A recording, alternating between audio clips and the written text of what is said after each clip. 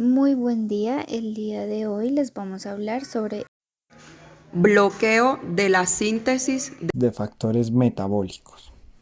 Chicos, mi grupo está conformado por María del Rosario Barbosa Farfán, Paula Caicedo Caicedo, Gisela Milagro Gutiérrez Tobías, quien les habla, Daniela Fernanda Valencia y Pedro Yesid Páez García. para obtener determinados elementos esenciales como los aminoácidos o las bases purinas y pirimidímicas de los nucleótidos.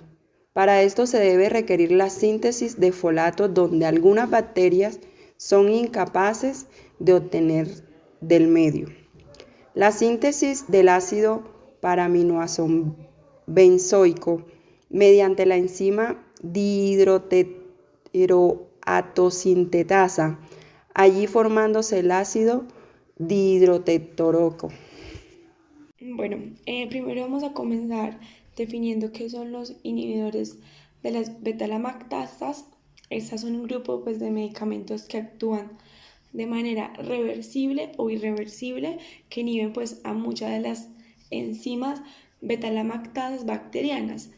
Estas carecen pues, de actividad antimicrobiana intrínseca, es decir, es aquella que se desarrolla o que se da de forma natural en ausencia pues, de mecanismos de opresión o de selección pues, antimicrobiana, es decir, pues que no hay como una exposición previa a algún antibiótico y pues esto hace que pues no todas las especies bacterianas son susceptibles naturalmente a los antimicrobianos, que un antimicrobiano es un agente que mata microorganismo o pues detiene su crecimiento.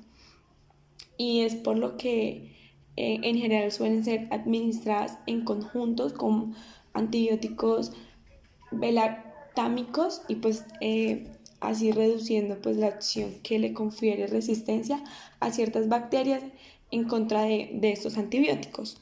De igual forma, la presencia de estas enzimas beta-lactasa es el mecanismo más importante que las bacterias pues poseen contra los antibióticos beta-lactámicos, y la terapia pues contra este microorganismo es administrar un antibiótico unido a otro pues que sea capaz de inhibir las enzimas beta-lactasas.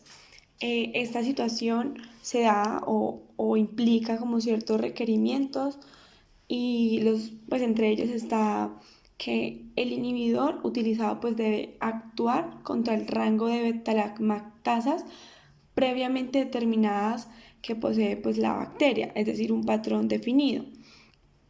Como segundo requerimiento tenemos que los aspectos farmacocinéticos pues del inhibidor debe ser como muy similar a los del antibiótico pues que se está apoyando. Como último tenemos que los efectos tóxicos adicionales pueden deben ser mínimos o pues inexistentes.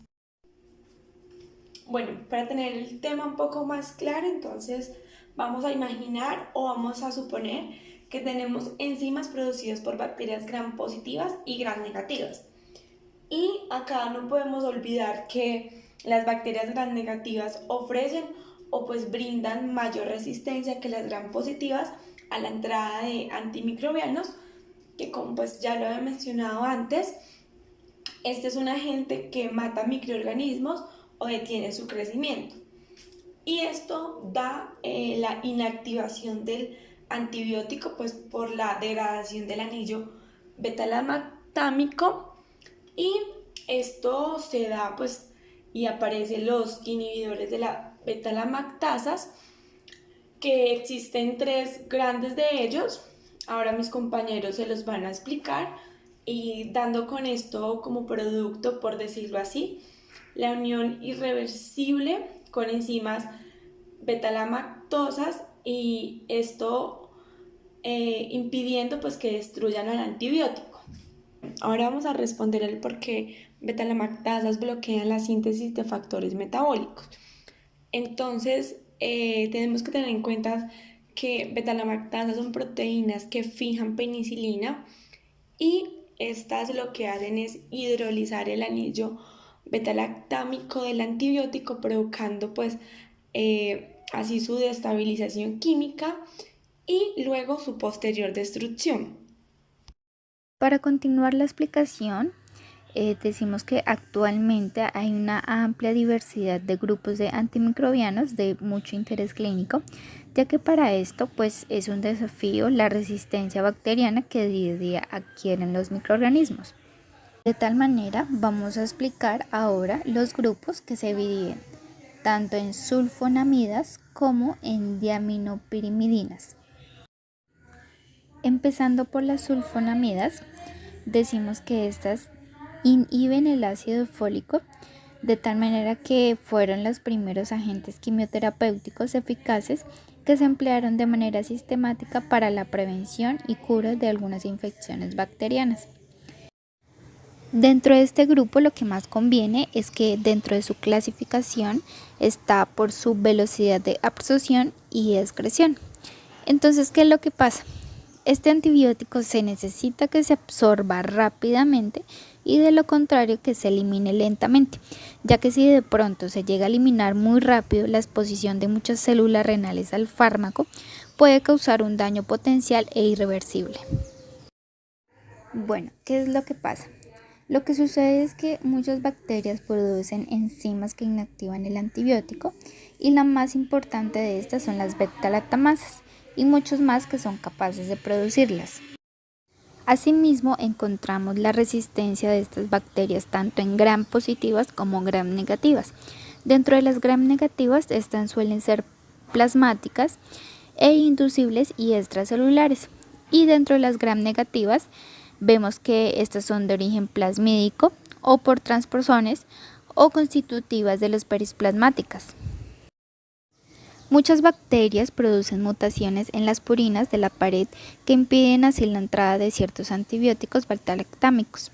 Estos antibióticos, pues siendo agentes bactericidas, inhiben la síntesis de la pared celular, para recordarlo, en donde esta resistencia que desarrollan estas representan un grave problema, ya que pues este es el grupo de antibióticos más usados.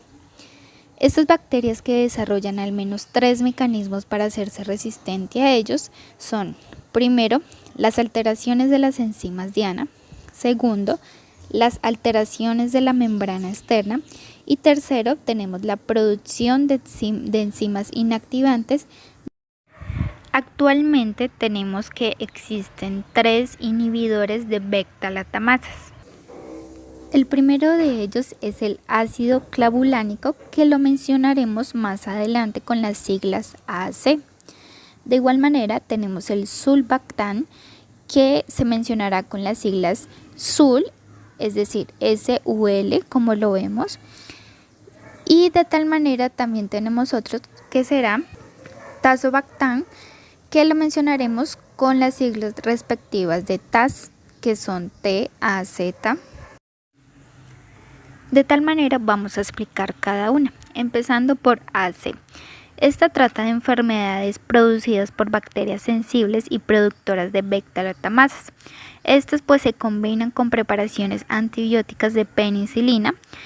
Respectivamente tienen propiedades intrínsecas, como dijo mi compañera anteriormente. Asimismo, esto quiere decir que a pesar de tener el anillo beta-lactámico, esto pues permite a la molécula interactuar directamente con la enzima beta-lactamasa, que posteriormente es secretada por la bacteria pues para dar la resistencia al antibiótico. ¿Esto qué quiere decir? Que es un inhibidor suicida, ya porque se llama así. Este pues es covalentemente al sitio activo del residuo de la serina de la beta-lactamasa. Entonces, ¿qué pasa con esto? Esto hace que se reestructure la molécula del AC, creando una especie mucho más reactiva, que es como atacando al mismo por otro aminoácido en el sitio activo. Así se inactiva la enzima. Esto pues se usa en combinación, como por ejemplo lo dije, con la amoxicilina, ya que este permite que la bacteria no destruya la amoxicilina, por lo cual pues esta penicilina muchas veces se inactiva. También tenemos otro inhibidor que lo mencionaré, que será el SUL, como lo vemos en la diapositiva, SUL. Este se asocia con la ampicilina, la amoxicilina, cefoperazona y pues están dando un tratamiento al microorganismo tanto para gram positivas como gram negativas. Igualmente este es un inhibidor suicida que, como lo he explicado, ¿qué es lo que pasa? Este se une a las penicilinas o a las beta-lactamases para inactivarlas, permitiendo recuperar la sensibilidad de estas penicilinas que son de un amplio espectro. ¿Qué es lo que hace el subbactam? Lo que hace es bloquear la enzima que la desnaturaliza y a la ampicilina, permitiendo así que la bacteria pues quede indefensa y ataque pues el antibiótico directamente. Por último, definiremos el otro inhibidor, que será el TAS. Este pues se utiliza asociando a la piperacilina, que esta asociación hace que sea de amplio espectro, siendo este pues un inhibidor irreversible de beta-lactamasas. ¿Qué es lo que pasa? Este previene la destrucción de la piperacilina. Para esto pues esta enzima bloquea la actividad de la beta-lactamasa, que es susceptible, de tal manera que mejora la actividad intrínseca de la piperacilina. Esto pues trata las infecciones de manera moderadas a severas. El tazobactam evita que las bacterias resistentes pues sobrevivan a los efectos de la piperacilina, y este pues es un antibiótico beta-lactámico. Para resaltar, tenemos que el subbactam y el tazobactam, estos son más que todo sulfonas sintéticas derivadas del ácido penicilínico, es decir, que estas estructuralmente están relacionadas con la penicilina, de tal manera que también tenemos que de estos tres, el subbactam solo pasa a actividad antimicrobiana intrínseca sobre las proteínas ligadoras de la penicilina. Por otro lado, tenemos al otro grupo, que son las diaminopirimidinas, que pues son fármacos que inhiben la síntesis del folato en la bacteria mediante la interacción con las enzimas dihidrofolato reductasa. ¿Qué es lo que pasa? Esto se distribuye ampliamente por todo nuestro organismo y se queda unida a los tejidos. Esta enzima está encargada de pasar el folato a ácido tetrahidrofólico para poder sintetizar las bases de ADN. Recordemos que aquí se usa la trimetopina junto con el sulfamethoxazol. Esta pues tiene una acción media de eliminación intermedia de 12 horas aproximadamente, donde normalmente este mecanismo de actuación de este fármaco, consiste pues en impedir que las bacterias produzcan el tipo de ácido fólico que necesitan como tal para funcionar. Así pues el trimetopim impide como tal la reducción de hidrofolato o también de tetrahidrofolato. También tenemos otro fármaco, que es sulfamethoxazol, que pues ya como tal inhibe la conversión del ácido aminobenzoico o también en dihidropteroato. Bueno, ¿qué es lo importante de estos fármacos? Recordemos que las diaminopirimidinas se utilizan solamente con las sulfamidas. Esto pues tienen una gran eficacia frente a los aerobios, pero pues disminuyen la resistencia cuando estas se usan con las sulfamidas. Recordemos que estas enzimas beta-lactamasas son necesarias para que la bacteria forme como tal su pared celular, y los antibióticos pues beta-lactámicos se fijen a estas enzimas impidiéndolo. Si de pronto la bacteria llega a modificar estas enzimas de modo que de pronto no fijen el antibiótico, pues serán resistentes. Otros mecanismos serían la hiperproducción o la adquisición de las beta-lactamasas resistentes, ya que pues esta resistencia meticilina está en estafilococos, también a beta-lactámicos como neumococo o esterococos.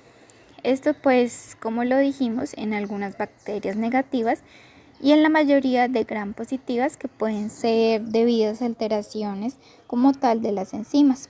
Esto pues modifica toda la membrana externa cuando pues es el único mecanismo implicado, que de pronto no suele ser importante, pero así cuando ésta se asocia como tal a la producción de beta-lactamasas, siendo específicamente decisiva de los gram negativos, pues estos beta-lactámicos entran como tal a través de las porinas para que al modificarse desaparezcan. Las sulfamidas son bacteriostáticas, es decir, tienen el crecimiento de las colonias bacterianas. Las sulfamidas actúan como análogos estructurales de la pava, inhibiendo competitivamente a la enzima dihidroteroato sintasa. Al bloquear la síntesis del ácido fólico, se inhibe el crecimiento y reproducción del germen, aunque las sulfas por sí solas son bacteriostáticas, combinadas con diaminopyrimidinidas como la trimetroprima, que se convierte en un bactericida, comparable a los antibióticos de amplio espectro. Su uso es en infecciones gastrointestinales e infecciones respiratorias. En cuanto a los efectos secundarios, el efecto adverso más común es la combinación de sulfametosol trimetroprima, que es un tipo gastrointestinal. Alergias causadas especialmente por la sulfonamida, causa erupciones cutáneas, y la urticaria o dificultad para respirar o deglutir, lo cual requiere tratamiento médico y la suspensión del medicamento de inmediato. El sulfametosazol trimetroprima se sabe también que aumenta los niveles sanguíneos de la warfarina, nombre comercial Coumadin, y puede causar un incremento inesperado en el tiempo de coagulación y hemorragia descontrolada. La neutropenia y la trombocitopenia son efectos adversos raros que requieren ser monitorizados en pacientes con terapia a largo plazo. La trimetoprima es un antibiótico bacteriostático derivado de la trimetoxibenzilpirimidina y de uso casi exclusivo en el tratamiento de infecciones urinarias. La trimetoprima pertenece a un grupo de agentes quimioterapéuticos conocidos como inhibidores de la hidrofolato reductasa, que suele presentarse en combinación con el sulfametosazol, combinación que recibe el nombre de cotrimosazol. Su uso clínico es en infecciones de vías urinarias bajas, crisis agudas de bronquitis crónicas, otitis media y aguda en niños. También en enterocolitis y diarrea del viajero producida por gérmenes sensibles a la asociación. También se ha aprobado en algunos países cómo tratar y prevenir la neumonía causada por neumocitisis carini en pacientes inmunodeprimidos, y la toxoplasmosis y la nocardiasis. Sus efectos adversos son infrecuentes, como las alteraciones gastrointestinales, náuseas, vómitos, diarrea y pérdida del apetito, también cambios hematológicos, principalmente leucopenia, neutropenia y trombocitopenia. Raras como la glositis, anemia megaloblástica, agranulocitosis y púrpura. Y muy raras, síndrome de Steven-Johnson, necrólisis epidérmica tóxica, necrosis hepática fulminante y anemia aplásica. Sus contraindicaciones en embarazo y lactancia, discrasias sanguíneas, en especial anemia megaloblástica, porfiria, y deberá emplearse con precaución en pacientes con insuficiencia renal o hepática o con deficiencia de ácido fólico, acidez estomacal, desnutrición o alcoholismo, o con deficiencias congénitas de glucosa 6-fosfato deshidrogenasa. En caso de insuficiencia renal, las dosis deben ser reducidas.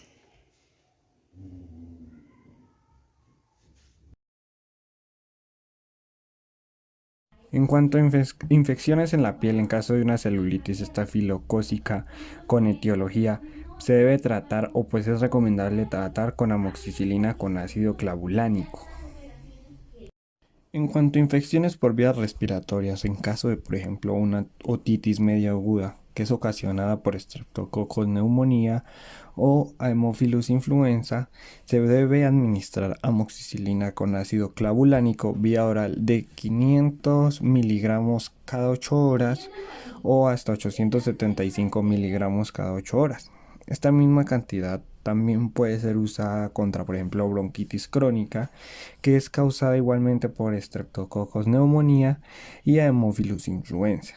Este antibiótico también pues, es preferible usarlo en casos de neumonía, ya sea por aspiración o por enfermedad obstructiva crónica. Otro antibiótico que también es muy importante y se puede usar en casos similares es, por ejemplo, la piperacilina con tazobactam, ya que se puede ser usada contra pseudomonas aeruginosa. Ya si nos referimos a la neutropenia febril, que es una afección caracterizada por fiebre y un número de neutrófilos en la sangre más bajo de lo normal, se puede utilizar varios betalactámicos, como por ejemplo puede ser la piperacilina con tazobactam. Ya en caso de una endocarditis bacteriana, por ejemplo, la cloxacilina es el tratamiento de elección de la endocarditis estafilocócica, ya sea producida por cepas sensibles. Ya la ampicilina es usada para tratar la endocarditis causada por Hasenk, que sería básicamente microorganismos Haemophilus, Actinobacillus, Cardiobacterium, Eikenella y Kingella. Ya si nos referimos a infecciones del sistema nervioso central, en caso de estar presente la Listeria monocytogenes, que es resistente a las celosporinas, se debe usar ampicilina. En caso de infecciones intraabdominales, como por ejemplo la peritonitis secundaria, debe ser tratada o se debe usar la amoxicilina con ácido clavulánico, ya que esta enfermedad es una infección polimicrobiana, por lo que hay mucha cantidad de microorganismos y de diferente tipo presentes. La piperacilina y el tazobactam son usados para la peritonitis postoperatoria o nosocomial, que sería contraída dentro de la estancia en el hospital. También suele ser usada para la colangitis en sujetos con consumo previo de antibióticos, ya que es causada habitualmente por enterobacterias, streptococos, enterococos y en ocasiones por pseudomonas aeruginosa. En casos de infecciones urinarias, como por ejemplo la cistitis no complicada, la amoxicilina con ácido clavulánico es una buena opción para tratarla, pero esto debe ser tratada con pautas cortas de 3 días. En caso también de que una persona pueda tener pielonefritis con riesgo de infección por microorganismos productores de BLEE o lo que es lo mismo microorganismos productores de beta-lactamasas de amplio espectro, es recomendable usar amoxicilina con ácido clavulánico acompañado de un aminoglucósido. La sepsis de origen no filiado, como por ejemplo la sepsis sin foco evidente, que generalmente es ocasionada por enterobacterias, neumococos y estafilococos aureus, es muy buena opción el tratamiento con amoxicilina, con ácido clavulánico. Mientras que ya en sepsis graves se puede añadir un aminoglucósido. En sujetos con sepsis nocosomial, o como he dicho anteriormente, que nocosomial es una infección contraída en la estancia en el hospital, se debe usar piperacilina con tazobactam asociado a un aminoglucosídico. Efectos secundarios. En los efectos adversos que estos antibióticos presentan, no se puede nombrar la hipersensibilidad, ya que los beta-lactámicos son fármacos en general bien tolerados, ya que estos ejercen su acción sobre un sustrato que no comparte con las células eucariotas. Por lo general, provocan poca toxicidad directa. Estos presentan cierta acción irritativa sobre el lugar de la inyección y esto puede presentar una flebitis. Es característico de algunos beta-lactámicos como por ejemplo la cloxacilina. También si su administración es por vía digestiva, este puede causar gastritis. Otro efecto secundario habitual es la diabacteriosis, la cual consiste en la colonización y superinfección por parte de bacterias endógenas resistentes u hongos, y estos pueden manifestarse en forma de trastornos digestivos, por ejemplo, con diarrea, flatulencias o vaginales como la candidiasis vaginal. Los trastornos disbacterióticos están en relación directa con la amplitud del espectro del antibiótico, también con la dosis y la concentración del antibiótico en mucosas y en piel. Estos pueden aparecer con convulsiones y con algunas crisis, si se utilizan en elevadas dosis, especialmente en personas que tengan alteraciones en función renal. También se pueden producir trastornos hematológicos reversibles como las citopenias y hepáticos como la colastasis. Efectos adversos por hipersensibilidad. La penicilina es el fármaco que más frecuentemente causa fenómenos de alergia y este antecedente está presente en hasta el 10% de los sujetos hospitalizados. Es preciso tener en cuenta que solo el 10% de los sujetos con historia de alergia tienen una segunda reacción cuando se vuelven a exponer a este mismo, ya que hay una pérdida de inmunogenicidad con el tiempo. Las manifestaciones alérgicas frente a la penicilina se pueden clasificar en función, mecanismo y de la cronología en las siguientes. La primera sería reacciones mediadas por inmunoglobulina E, que la podríamos encontrar como IgE, que esta suele ser inmediata, por lo general en los primeros 15 minutos, pero hasta el 5% de los casos se puede presentar en unas 72 horas tras la administración del fármaco. Estos serían en formas aceleradas. También se puede clasificar en reacciones mediadas por otros mecanismos.